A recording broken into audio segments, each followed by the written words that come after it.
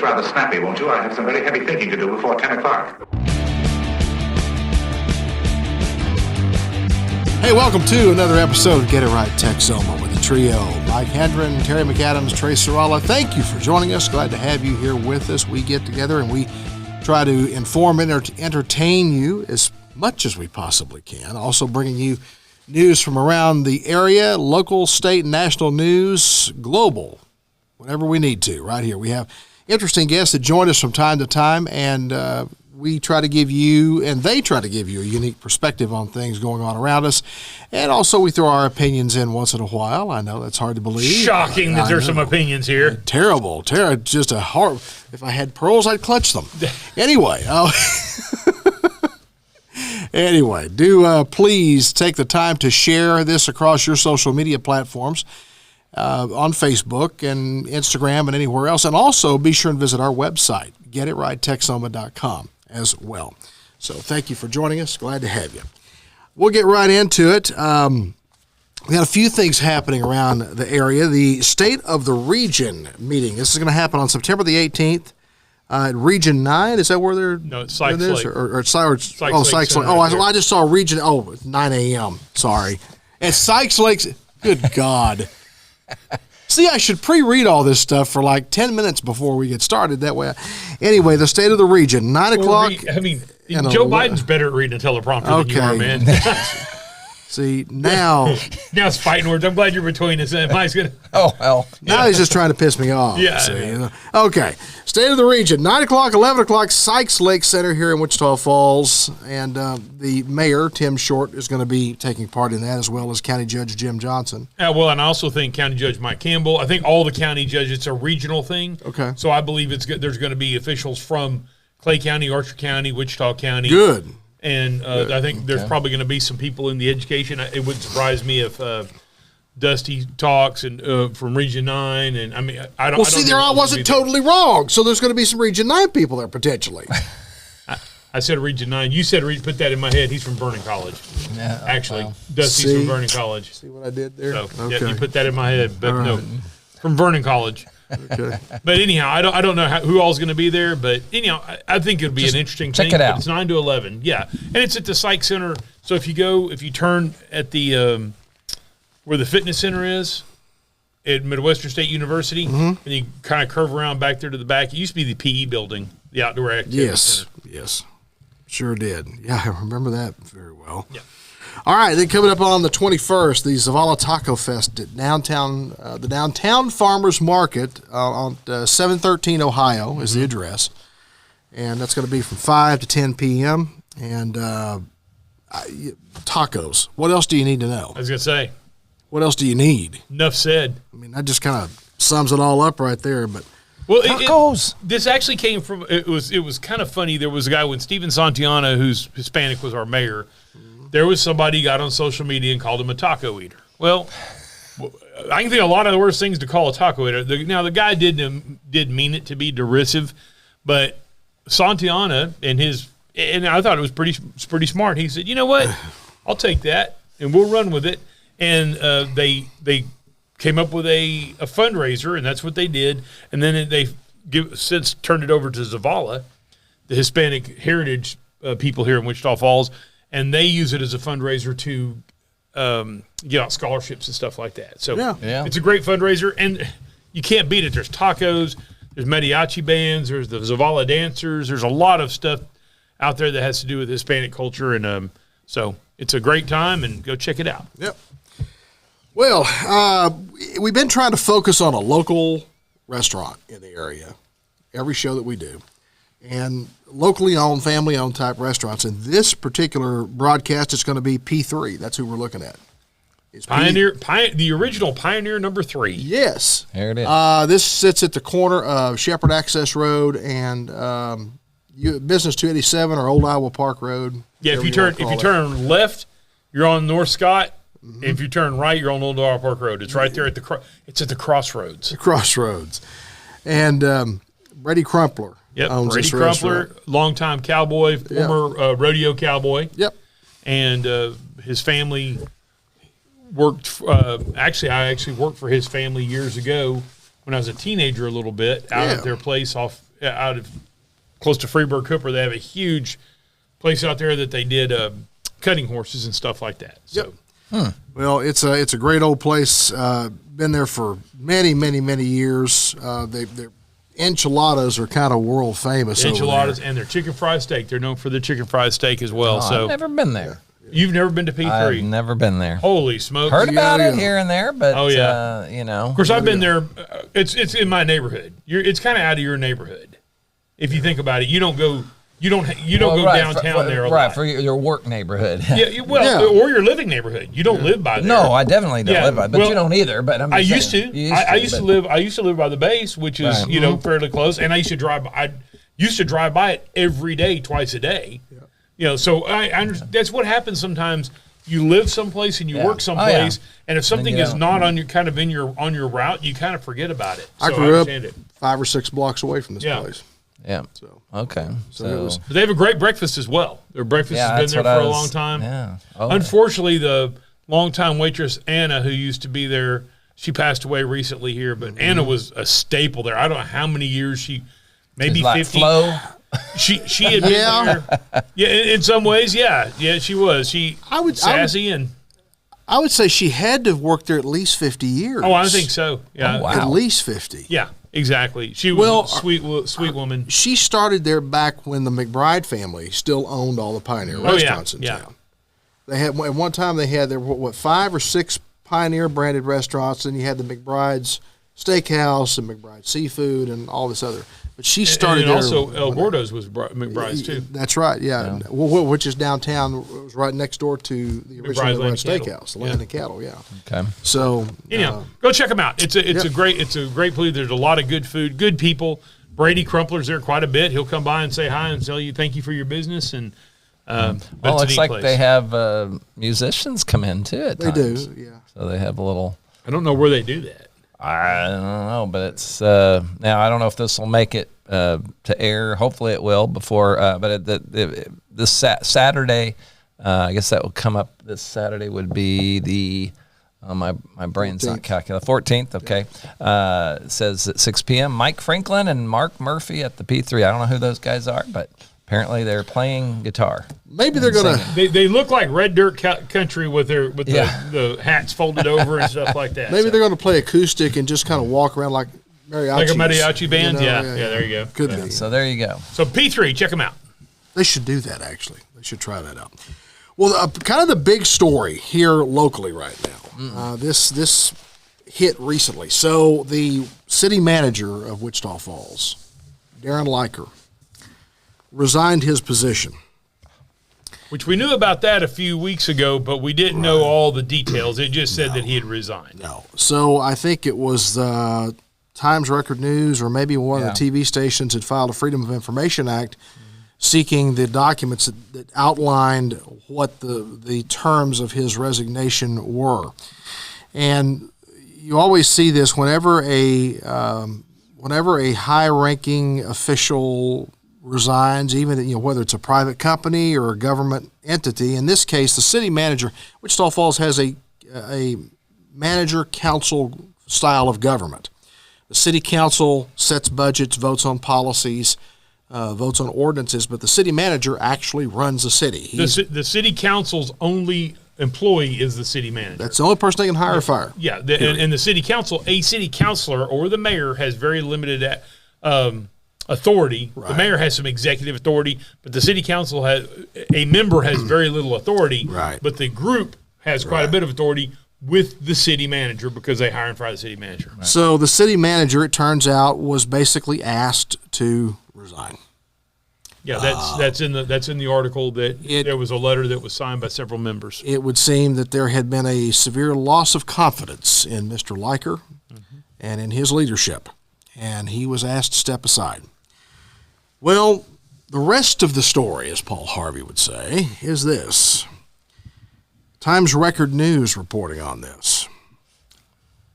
Former Wichita Falls City Manager Darren Liker will get $611,277 in cash severance pay. He will stay on the city's payroll basically in an advisory capacity for 4 more months. He's going to get a lump sum payment for all of his accrued, unused vacation, sick leave, holiday pay, and administrative hours.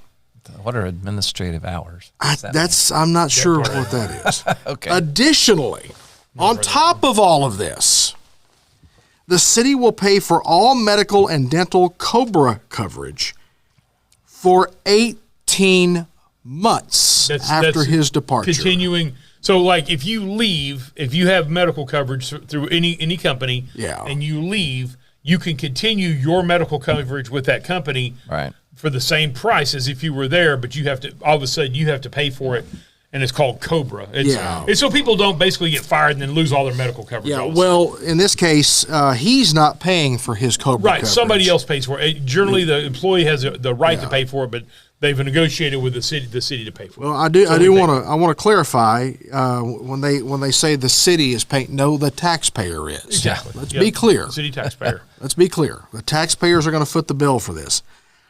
The deal was worked out when Mayor Tim Short and City Council members Bobby Whiteley, Larry Nelson, and Mike Battolino signed a letter August 7th to Liker saying that they appreciate his 22 years of service, but it was time for a change. So some of this, I'm sure, was built into the contract that he signed whenever he renewed his contract last. Oh, yeah. Some of this was negotiated in.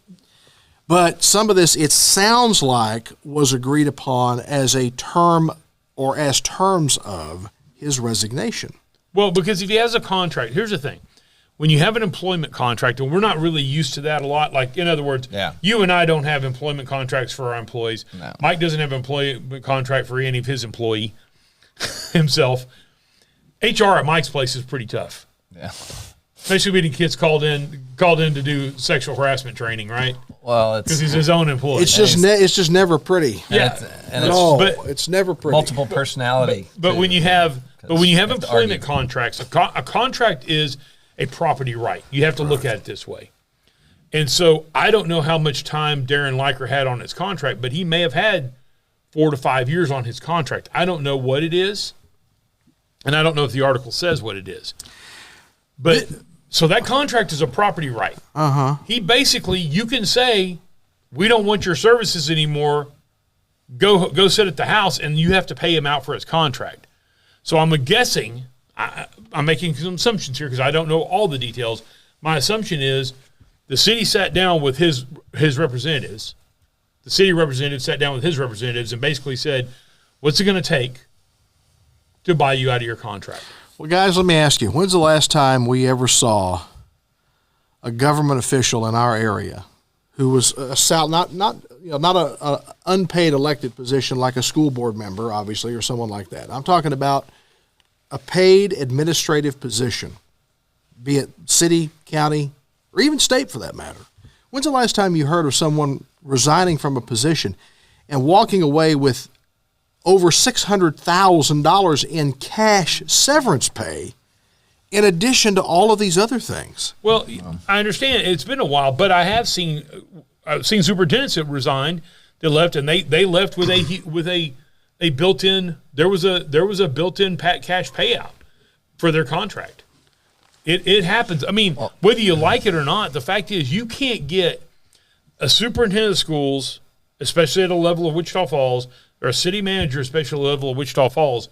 You can't get Larry from down the street to come do these jobs. No, these people are CEOs, and they're in charge of millions and millions and millions, hundreds of millions of dollars. Their contracts are pretty extensive. They're pretty lucrative because it takes a lot to do it.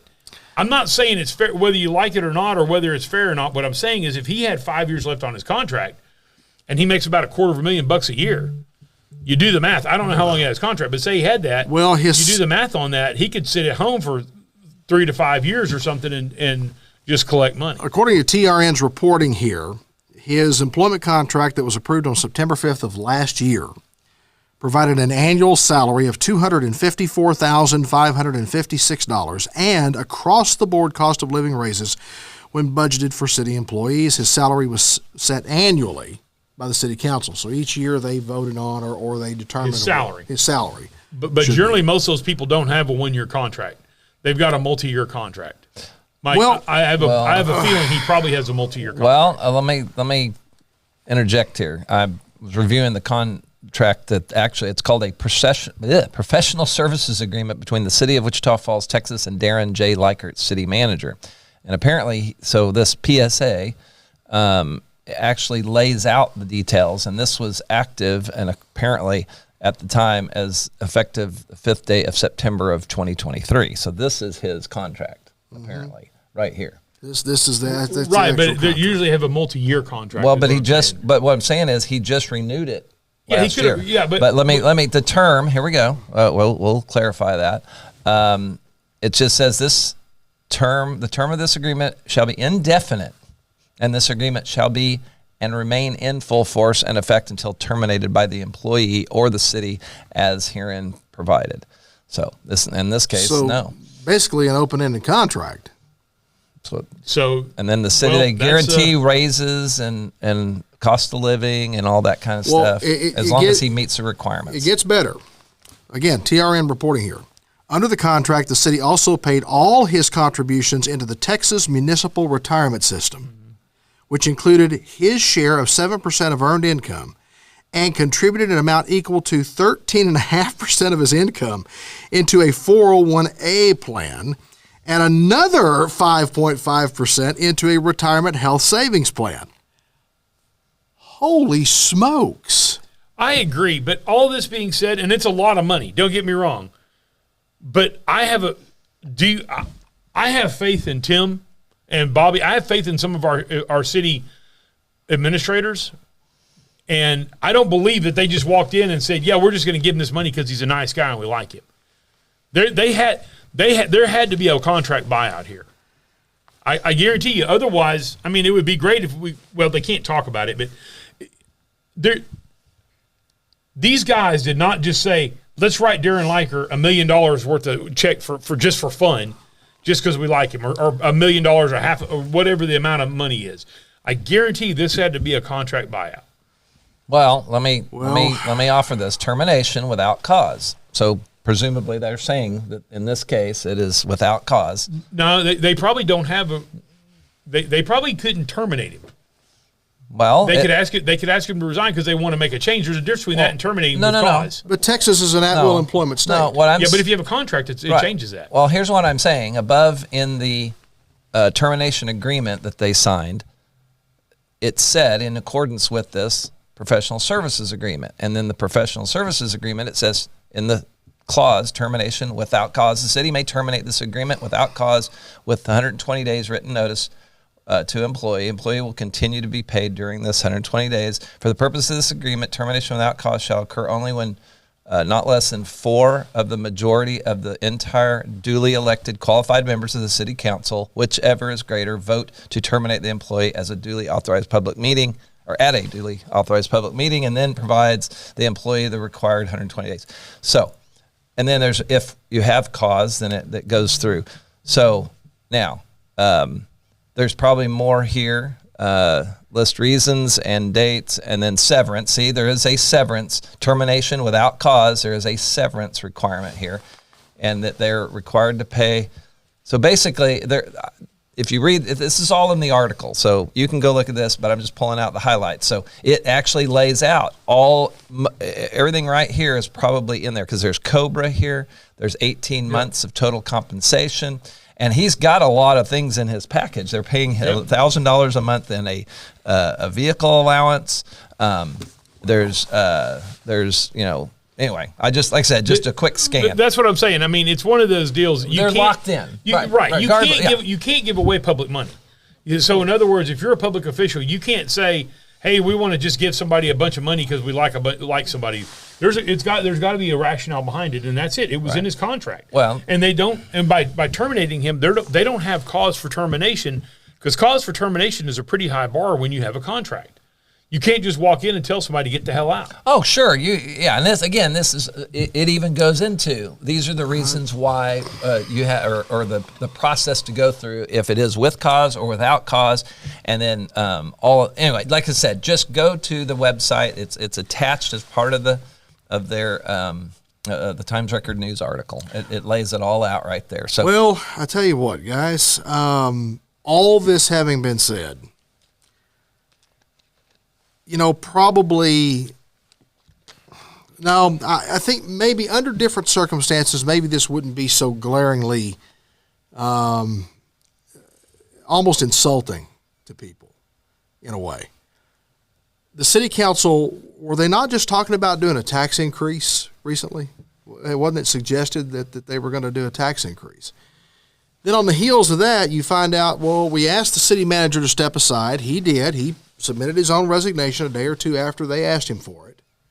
And then we find this out.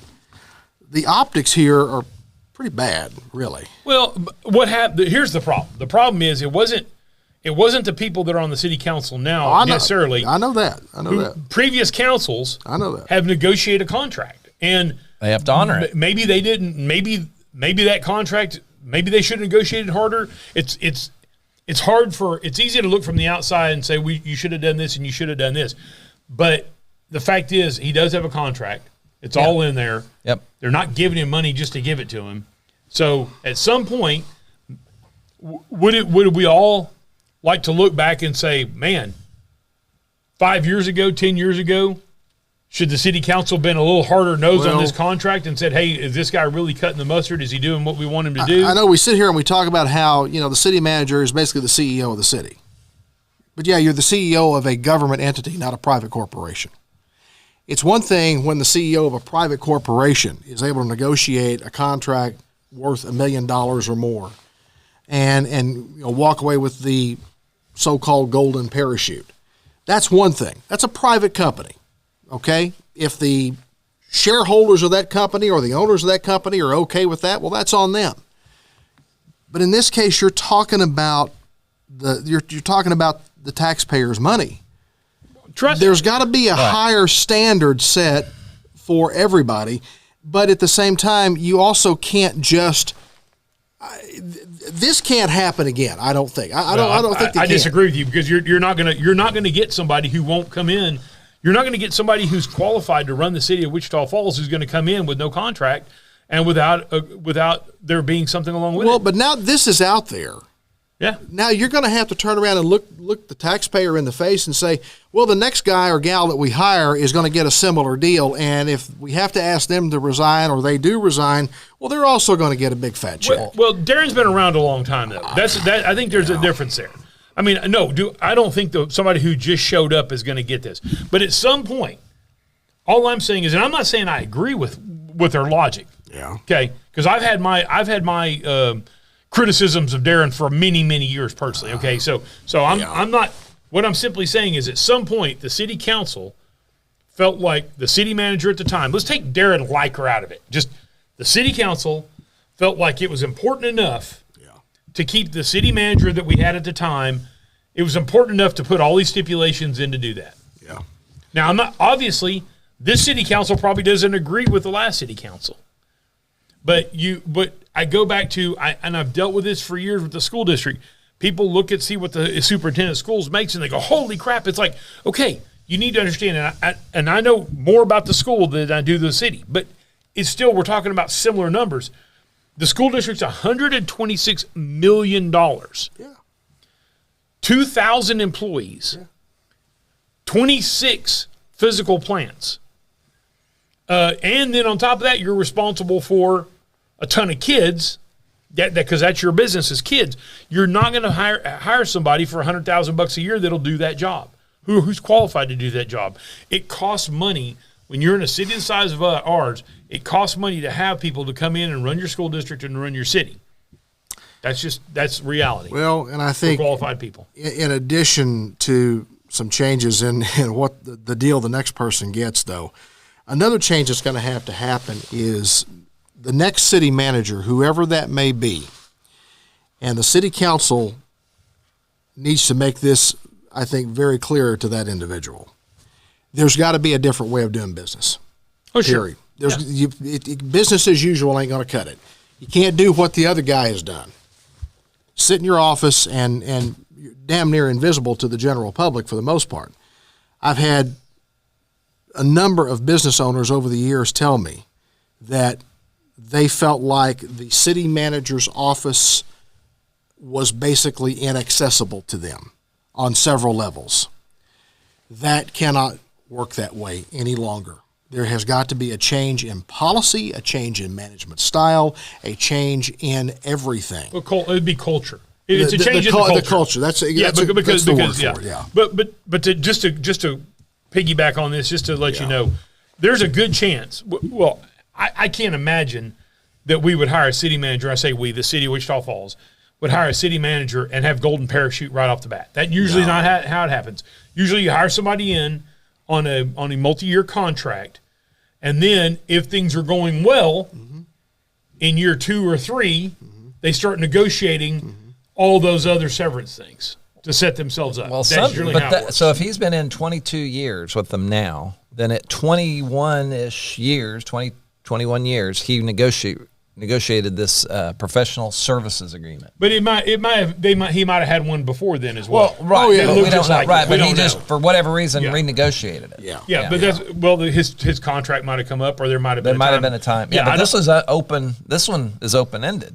What I'm not understand that either, 100% clear on is do they look at the contract and renegotiate annually, or was there a multi-year contract in place and then this one was signed last year? Well, but I mean, there's no part I don't indication. know. Yeah, So But it doesn't usually, I matter. will tell you, it is a multi-year contract. Most people will not come in, will not leave their families, drop what they're doing, and I don't blame them. and come in someplace for a 1-year contract. Yeah. No, I Usually don't. they need 2 or 3 years, and then generally you'll know after that first year or so. Right. And I will tell you, in the school district, there were times that we extended people's contracts, and then there were times we didn't extend their contract for another year. Hey, we need to see what you're going to do for another year. Well, I know during your time on the school board, the district went through a couple of superintendents that things just didn't go very well.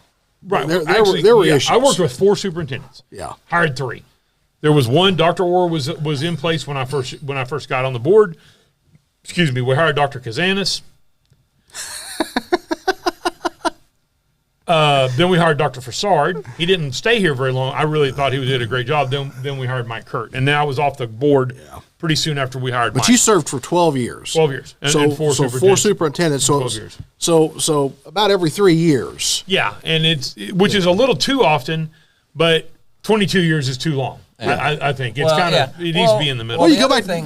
No, go ahead. What I was going to say is that in general, though, when you in Wichita Falls, Texas, you brought this up, that you have, this is the unfortunate part of it, is you're not going to draw the same kind of talent necessarily. Hopefully you find somebody who's talented, very talented, who wants to also be in a smaller town. So sometimes you have to make up for it a little bit in salary to draw some people here.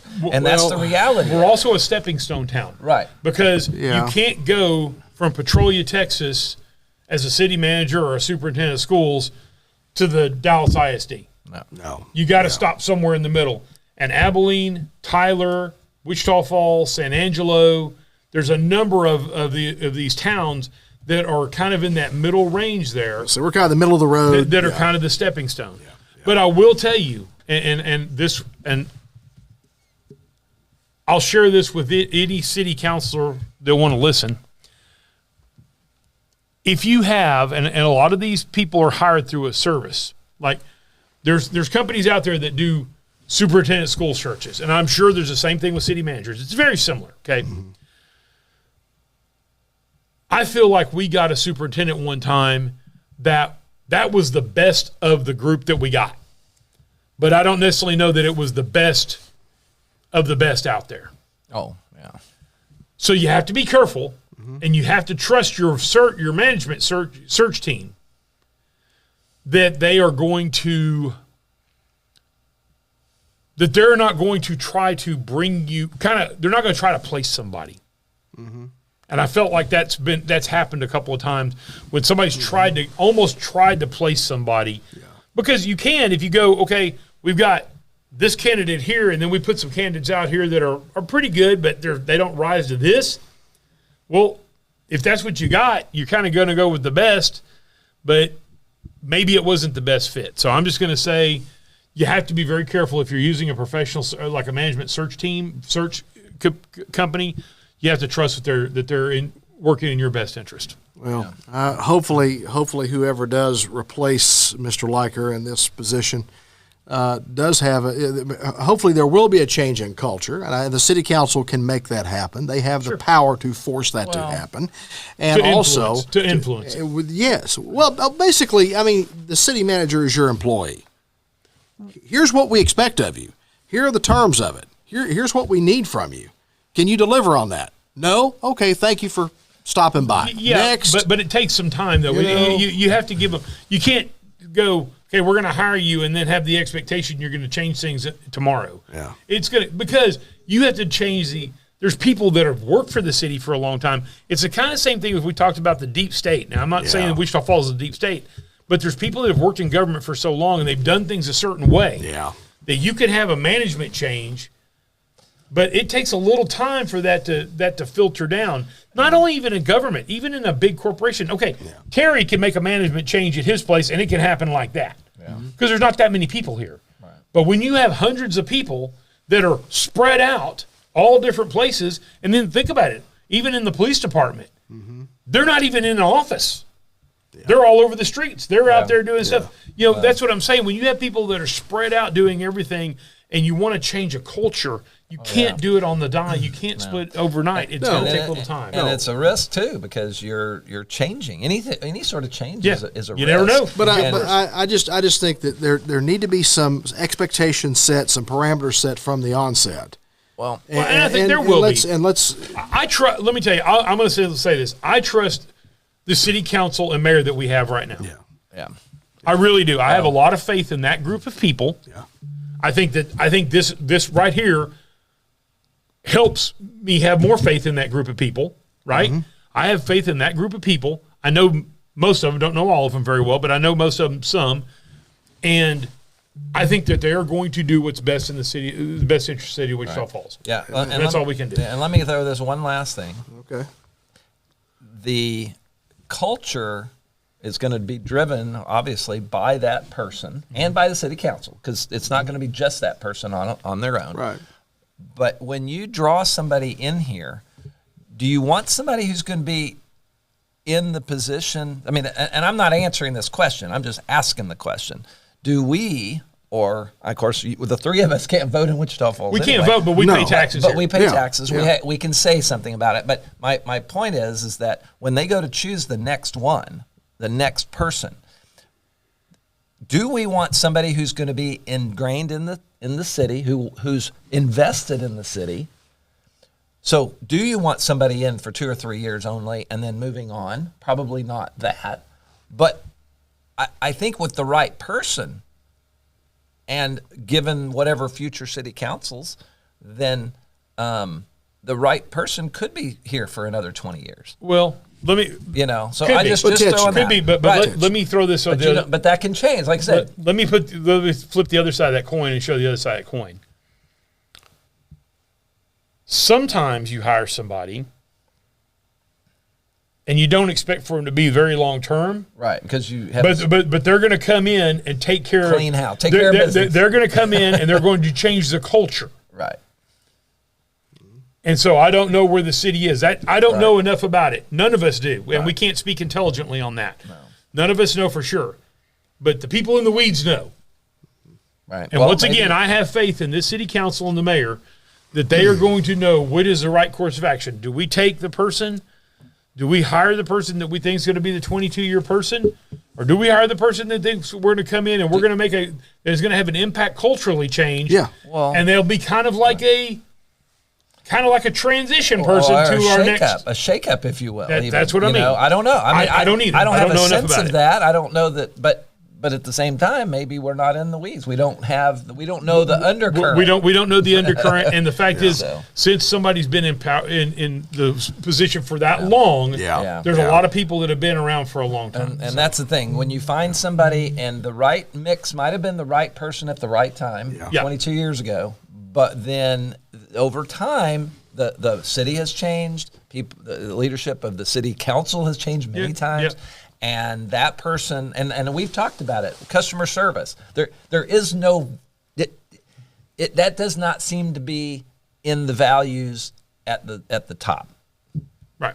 And you're using our money, our tax money, Exactly. Yeah. to spend, So- which is fine, and that's their job. But part of it isn't a culture. If you have a culture of caring about your citizens and what they think, then that should. What you have to do is you have to look. If you're a public service person, you have to look at it as, I need them more than they need me. Yeah. Because the fact is, if people quit paying their taxes or leave, you no longer have a job. It's true.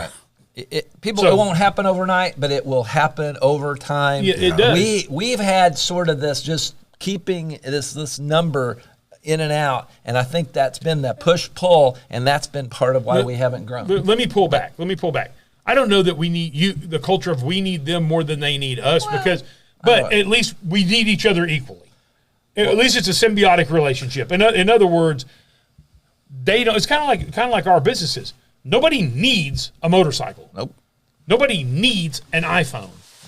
They might want a phone Well, or an iPhone. Yeah. And they might want the best phone, or they might want this, but they can get by with something else or nothing.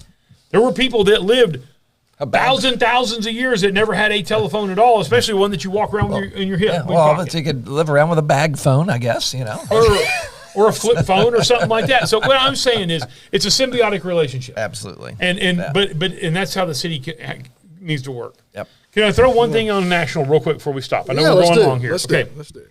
This is my theory on Hunter Biden. Did you see that Hunter Biden pled guilty on all charges? Yes. Yeah, he's Yes. just. This is my theory. My theory is, obviously, they wanted to get this done so they can get him sentenced in December. Okay, so Joe Biden can pardon him. Well, But hang on, listen. Okay. Joe Biden has said, everybody says Joe Biden said he won't pardon him. But I listened to what Joe Biden's words were. Joe Biden's words were, I will respect the decision of the jury. Well, what happens if you plead guilty?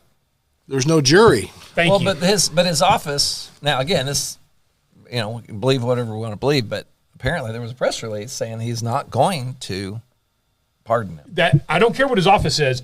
I heard Joe Biden. The words came out of Joe Biden's mouth on an interview How long? that I saw. It was here's the deal. sometime in the last year that says, "I will respect the decision of the jury." What does that mean? That's Well, but there's no jury involved. because there's no here. jury. So then he I has. see what you're Because saying. when Then he you gets to when say, you plead whoa. guilty, if you go to trial, then there's a jury. right. No, I got you. So that's, in my opinion, that's one of the reasons why Hunter Biden went ahead and pled guilty to everything. Yeah. So there is no trial, But- there is no dirty laundry aired, and there's no jury. But can you not respect it? And if there was a jury, couldn't you not still respect the jury decision and still pardon him? I mean, No, what- if the jury says found, I guess found that's guilty, the implication. yeah. Right. If the jury says I found you guilty, and then you pardon them, then you didn't respect what the jury said. Joe Biden's political career is over. Well, yeah, absolutely. He's no longer running for You president. don't think he's going to come back and He's done. Make At a this comeback? point, if Joe Biden, first of all, Joe Biden won't even know that he's signing the pardon. no? Okay? Well, yeah. They'll just stick it under his nose and say, sign here, Joe, and he'll sign there. Just like he did all those executive orders that he That he signed said, on. "I don't know what I'm signing." Yeah. Exactly. But he's not risking any political capital. Okay. Also, pardon, he'll commute to Right, same on the thing. 12th. Yeah, so June. Oh, that's just June though. That's in June. Yeah, so he may not pardon him, But he could commute the sentence, Yeah, which is you know. effectively the same thing. So he's risking zero political capital here to do No, this. yeah, Ab- he has none. There's nothing left to lose. Right. He's done. This is it. This will be his last valiant act. And as- he really, Bob- really, I genuinely believe he loves his son a great deal, and that is going to be the ultimate thing. I This agree. is it. And by the way, guys, I will not blame Joe Biden for doing it. I would probably do the same That's thing. what, yeah. I hate to say it, but If you had the opportunity, but you're in if that I had the position. opportunity, and now because his son hasn't done anything heinous. Now, No. his son, in other words, his son's not a child molester. He's a college. He's made college stupid mistakes. is what Well, he's done. no, yeah, but not only that, he's stolen millions of dollars, or Well, yeah. he's used the American public to get money. All these guys have, and I don't like that. But he's not a child molester Right. that anybody shows. He's not a rapist Right. that anybody shows. He's not a murderer.